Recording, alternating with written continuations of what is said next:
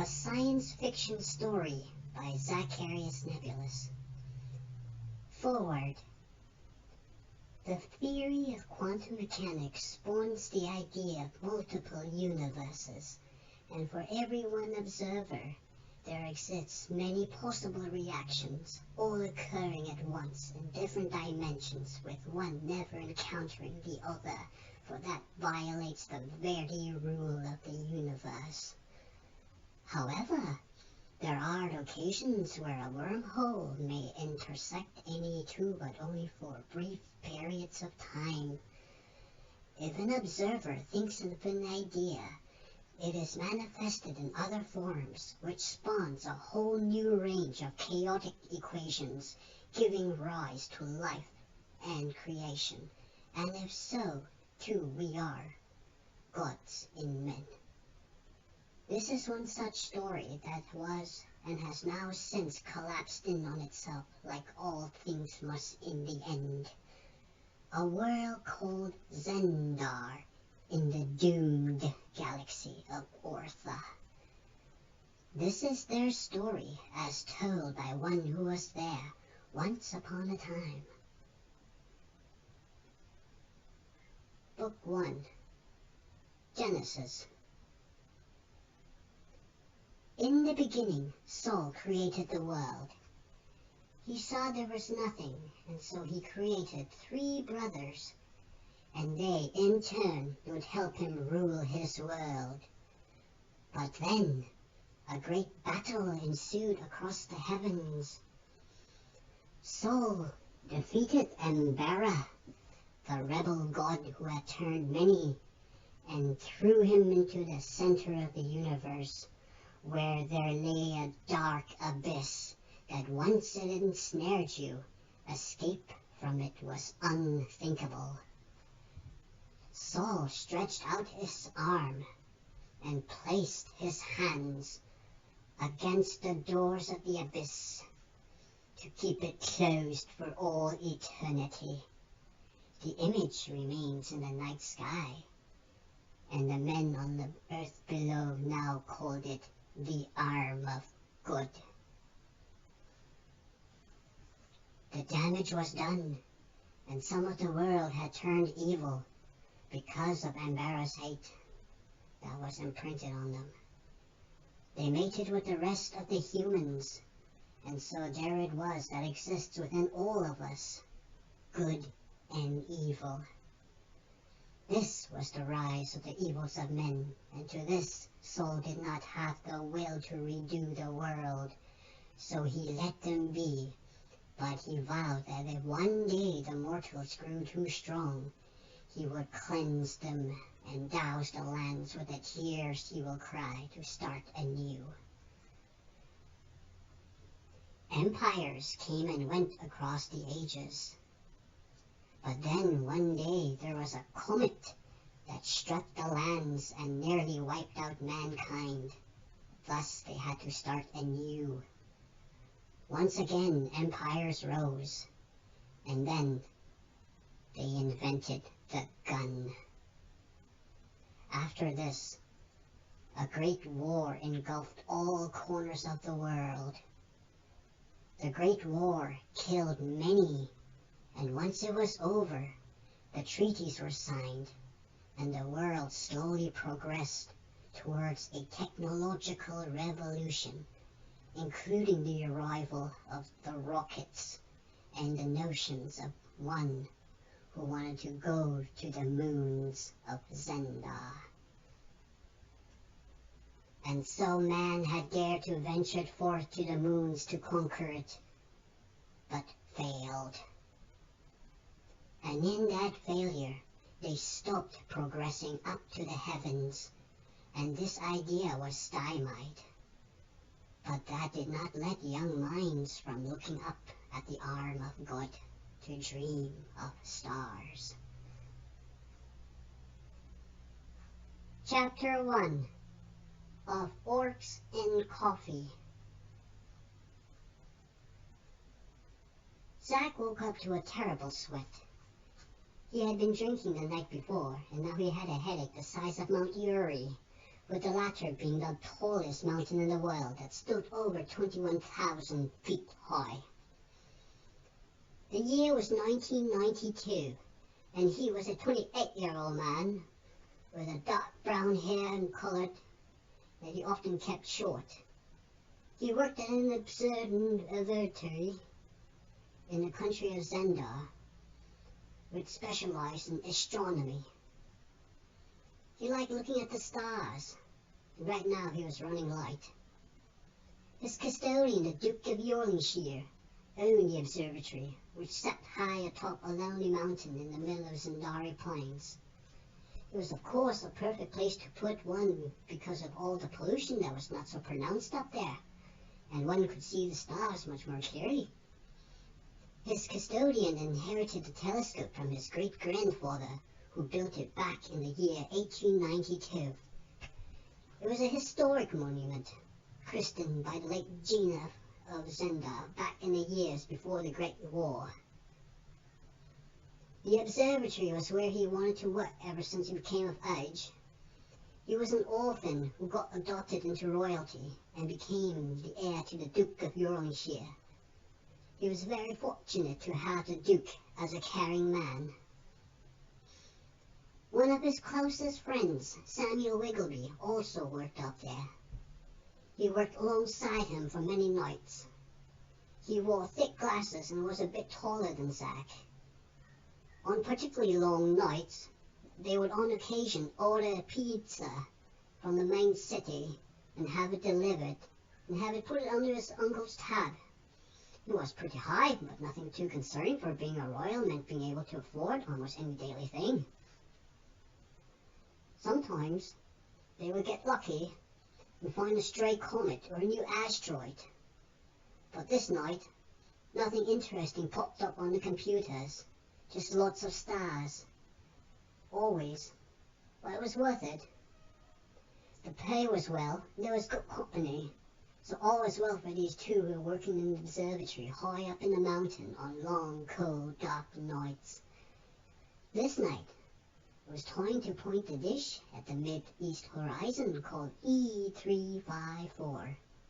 Correction, E345. It was an R-type star, and part of the constellation called Big Axe. Zach decided to have some fresh air, so he put on his coat, and then his boots, and then trotted up to the front ramp where the door was. There, just as he was about to open the door, his friend joined him.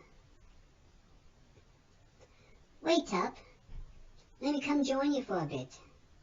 Samuel walked up to do the same.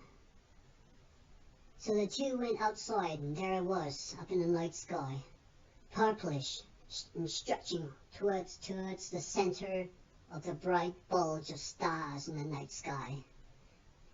They say it could be measured at least 40,000 light years in distance. But Samuel couldn't comprehend how immensely long or large as that was. Precarious he was to think there were still monsters in the wilds of Zendar. But in modern day times there is such a thing has never been seen. But still, he used to be frightened, Sam said. "When I was a lad, my parents used to say that if you wandered out late at night, the boogeyman would come and get you. That used to give me the willies."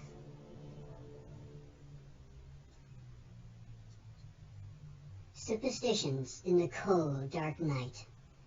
Those are the things that made Samuel uneasy, and Zach knew it. He preyed upon it like a cat with a ball of yarn and told stories. Once the chill air got to the bones, they proceeded back indoors to see about calibrating the machines. It had not come across to either of them, but there was a newspaper lying near the door on a green chair in the lobby, and purely out of interest, he picked it up and read the cover, and what Samuel found was sobering to see, for what has been read and printed in large bold letters: "House to cut funding for astronomers." Zach forgot about his coffee and went over to Sam, pouring out the article. Well, this is serious. That could be in our jobs. 12. I suppose it was supposed to happen sooner or later. I mean, to be realistic, we have not found any interesting remotely in the last 5 years as one could get into, and what we have found, somebody else has already done it right. I don't see them justifying their taxpayer dollars being spent here when it could be spent elsewhere. You know what I'm saying? Oh, the coffee, Sam went. He went back to the coffee tray which sat near the front, and as he poured a cup, he stared into the small window that showed nothing but dark. He shivered at the thought of monsters in the dark and stories of the boogeyman his mother would tell him. With the coffee poured, the two ever so relaxingly sat on the seats, watching the monitors and hearing the slow rumbling of the machinery at work. Did you know that the Royal Monarchy is set to cut funding for the Astronomy Board? Do you follow through? That would put a lot of the scientists out of a job, Zach relayed to Sam. Samuel looked at him as a serious man as he was. Are you sure? I do hate when they do that. Last time the monarchy cut jobs, thousands have been laid off, and it seems more of the aristocrats get the better end of it, begging your pardon, of course. 'Twould seem so.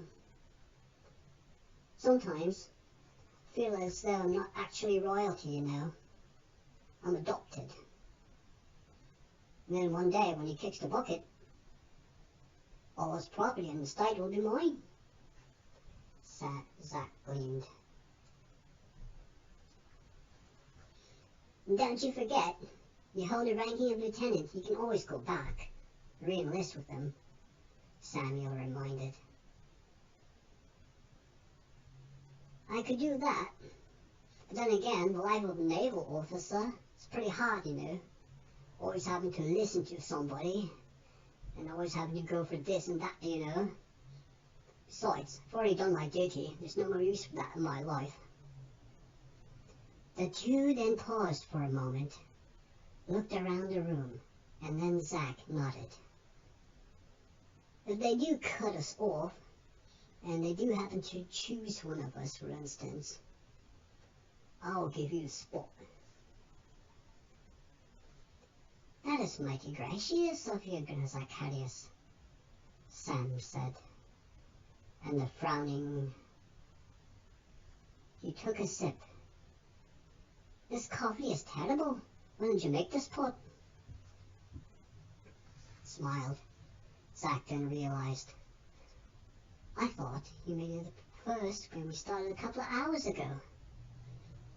Sam replied. Oh, right. Do you want me to make another pot now then? Zach questioned. Go on.